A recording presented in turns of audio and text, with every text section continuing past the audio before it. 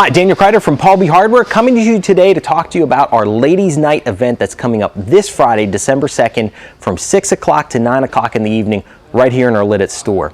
This is arguably probably one of our funnest events of the year because it's just a blast. We're going to have some things returning this year that we've done in the past. Our photo booth is back. We have a craft. I'll talk about that in a little bit. As well as our axe throwing trailer is returning this year. We also new this year have a character artist and some giveaways from items from Milwaukee, Makita, and DeWalt. We're also going to have a scavenger hunt, which is going to be a ton of fun too.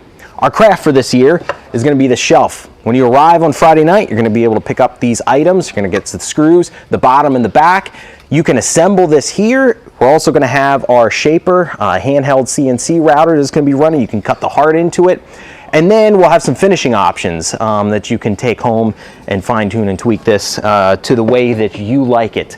So again, that is this Friday, December 2nd from 6 o'clock to 9 o'clock in the evening. For more information, head over to paulbhardware.com or you can head over to Facebook and find the Ladies Night event there. Thank you so much. We're looking forward to seeing you right here in Lititz this Friday. Catch you then.